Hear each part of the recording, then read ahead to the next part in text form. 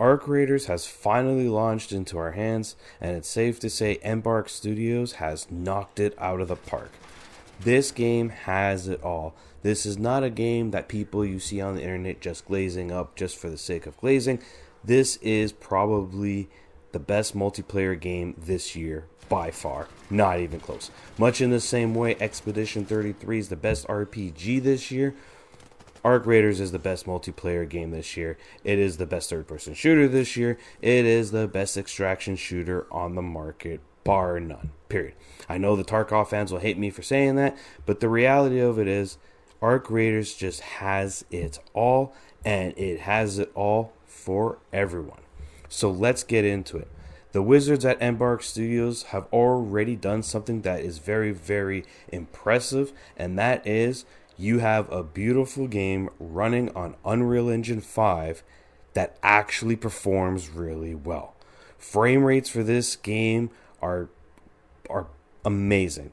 Amazing. When you look at some of the other Unreal Engine 5 games that have just been utterly butchered with optimization issues, I'm looking at Borderlands 4 and just stuttering and things of that nature across the board. It is nice to see that a developer out there, has managed to utilize Unreal Engine 5 to its full potential. For me, on my PC, I was running Arc Raiders max settings, 1440p resolution, and on most cases, I was getting between 80 to 100 FPS most of the time. The only time I would get less than that is on the game's newest map, the Blue Gate. That map, I believe, because of all the foliage and the line of sight, my frame rate dips to as low as the high 50s and into 60 because of that. But aside from that, optimization is really good. No stuttering whatsoever. So in terms of knocking it out of the park with presentation, 100% Embark Studios has delivered. And this is obviously accentuates when you look at the game's cinematic feel. The cinematic feel isn't just during the cutscenes that help move the story along. Yes, there's plenty of cutscenes in Arc Raiders. Even as you complete quests in the game, there will be cutscenes to help flesh out the story. So it's not just text like you see in other extraction shooters. There is a huge amount of cutscenes in this game for the type of game that it is. But also, the presentation goes into the gameplay. The atmosphere of Arc Raiders is phenomenal. And all of this wouldn't be possible without the fantastic audio design. The audio design for this game should win an award, to be honest with you. The audio, if you ask me the best audio in the game, it's Arc Raiders. Best music is still Expedition 33, that's by far. But in terms of audio design, I think Arc Raiders knocks it out of the park, especially when it comes as an extraction shooter.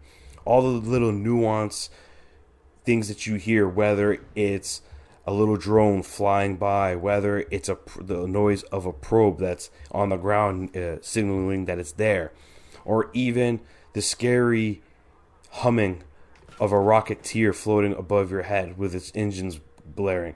All of these things just really add to the immersion and the presentation of Arc Raiders that is just a beautiful game to look at, and it's just a beautiful world to be in. I know it sounds weird when it's a post-apocalyptic world, but, take it for what it is. It is just fantastic across the board.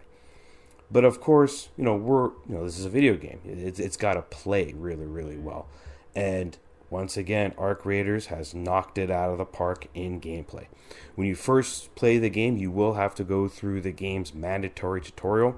And right off the hop, when you fire up that tutorial, everything I spoke about in terms of visuals, presentation, atmosphere is right on display, right up front, and it pulls you in immediately. That is one of the best things about this game, is that immersion. So when you first fire it up, you got your tutorial. Once you get through the tutorial, then it's time to get into the meat and potatoes of the core gameplay. Now, this is a third-person shooter, and there is no first-person mode. The only time you are ever in a first-person mode is if you are aimed down sights using a scoped weapon. Aside from that, the entire game is third-person. And while some may be against this because they're a first-person fan, and I understand, The reality of it is, Arc Raiders kind of needs to be in third person because of the drones. The amount of times I will hide in a bush while playing the game, and being able to see where the drone is because we are abusing the third person camera is, of course, very helpful, because without it, you would get spotted a lot more by the drones without third person. But when it also comes to the gameplay as well, is how it feels. Movement feels good. The mechanics feel good. Shooting feels good. Now, I've heard people complain about the shooting mechanics, saying that the shooting mechanics aren't that great. I respectfully disagree, because I think the shooting mechanics reflect the weapons we are using. We are not using AKs and, pristine weapons. We are using weapons that are put together by salvaging parts. Like, that is the atmosphere of the game. So the weapons do feel like and they look as if we were put together like a MacGyver style makeshift weapon, right? Weapons like the kettle is a perfect example of this, how it's got like a tube up top for its ammo capacity. It's just the design of the game in terms of the weapons and how they feel. I think they feel really, really good. Not the best in the world, but definitely really good nonetheless. So in terms of core gameplay and how it feels to move around and shoot enemies, it feels great. It all feels great. But of course, the interesting thing about Arc Raiders and how it plays is because it plays differently if you play first solo or if you play in a squad. So I primarily played the game as a solo player because I wanted to focus on the game's quests. There's a total of 63 quests to complete, and they're just easier to do as a solo player than it is in a group. But when you play solo, in my experience, most of the other players I ran into were friendly. They were friendly. They were probably doing the exact same thing I was doing, which is completing quests and things of that nature. I would say about 70% of the people were friendly. Only 30% of them were actual, like, shoot first, ask questions later type players who, like, really chased PvP. So if you play the game solo, it is a very stealthy experience, but it's also a very friendly experience. And even then, the game encourages team up. So there were times as a solo player, I would meet a stranger and we would team up to help each other complete our objectives. So overall, the solo experience is much different than the squad experience, because when you go into a squad experience, it just feels like everybody just grew a pair of balls and said, we're going PvP. Because every single time I played the game as a squad, every single raid I was in, we engaged in PvP. It was very difficult to just sit there and say, hey, let's be friends with another squad. Nope. Someone always betrays someone, or most of the time it was a shoot first, ask questions later type of approach. So the game really, really does play differently if you play solo or in a squad. If you really want to emphasis on PvP, go play in a squad. You're going to get a lot more PvP there. If you're trying to do the quests and be stealthy and get sucked in the immersion of the world, go play solo, because solo will allow for that. And then, of course, you'll get the funny interactions because everybody's by themselves. So the game really does play differently depending on which way, and both ways it's fantastic regardless of how you play it. Now, obviously, a game like this needs progression, and it's safe to say that Embark Studios has knocked this out of the park as well. Progression here is in abundance. There's a lot of things to progress. So obviously, aside from looting and gearing up, you have your skill tree. The skill tree is what you'll go through to add skill points to your character. Things such as in-game crafting, longer stealth, more stamina, things of that nature. These are all like little passive buffs. There's a total of 75 levels in the skill tree. So you have enough to get a lot of it done, but you won't be able to fill out everything. So you do have to be selective of how you want to make approach, but you do get basically 75 skill points in total. And once you get to level 15, the progression keeps going, because then you get the trials. The trials are basically the game's ranked mode. They have weekly challenges, they have rewards that you get, things of gear drops and cosmetics. It's another form of progression that unlocks at level 15 on top of everything that you have already. Then when you hit level 20, you get the Expedition. Now, the Expedition is Embark's answer to wipes, and basically, you do not have to participate. I repeat, this is completely optional. You do not have to participate in the Expedition. However, if you participate in the Expedition and do an account wipe, you will get passive buffs that are permanent that carry on over. So there is a reason for players to wipe if they want the extra benefits and things of that nature. However, you are not forced to do so. If you want to stay on that one account, max it out, and sit like that and never do an Expedition, you don't have to.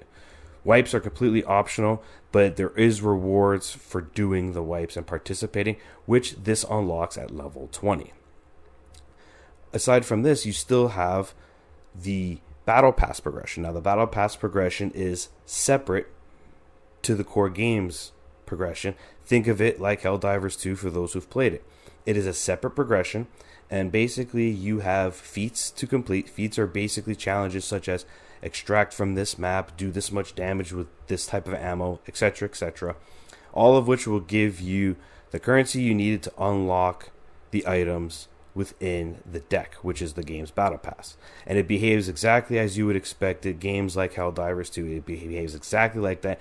You cannot spend real world money to skip pages. You can only complete pages by actually playing the game. But it is a separate progression that happens alongside of your in-game progression. Then, of course, you have crafting. This is an extraction shooter. Looting is a big part of it. Gearing up is a big part of it. You have crafting, and they have a lot of stuff to craft. One of the strengths of a game like Escape from Tarkov is the loot, and Embark Studios has knocked it out of the park too. They have loot. They have crafting. They have in-game crafting. All of these things that allow you to give you stuff to do besides quests and killing other players. Extraction shooters, in my opinion, live and breathe by their out-of-game economy. And Arc Raiders here has a fantastic out-of-game economy.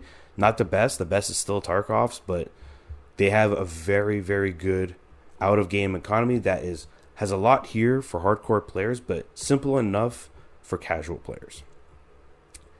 And lastly, once we get through all of that, as good as Arc Raiders is, there is a few problems with Arc Raiders, none of which are game-changing for me, but they are worth noting. The first issue I had with the game, and I personally, it's not really an issue for me, should I say, but some people will take it as an issue, is the fact that it's third person. You can never change a person's mind if their preference is first person. They only want to play first person. So be it. But yes, the game being third person may turn off some players, which is unfortunate, but it is the way it is. But in terms of actual, real issues with the game, one issue I did have is that the game has a little bit of jank. And what I mean by jank is, one time I was in a hut abusing the third person camera, and I could see a drone stuck in a tree and didn't know what to do. Now, this worked to my advantage, of course, but it was something that I noticed that I couldn't help not notice, considering how immersive the game is.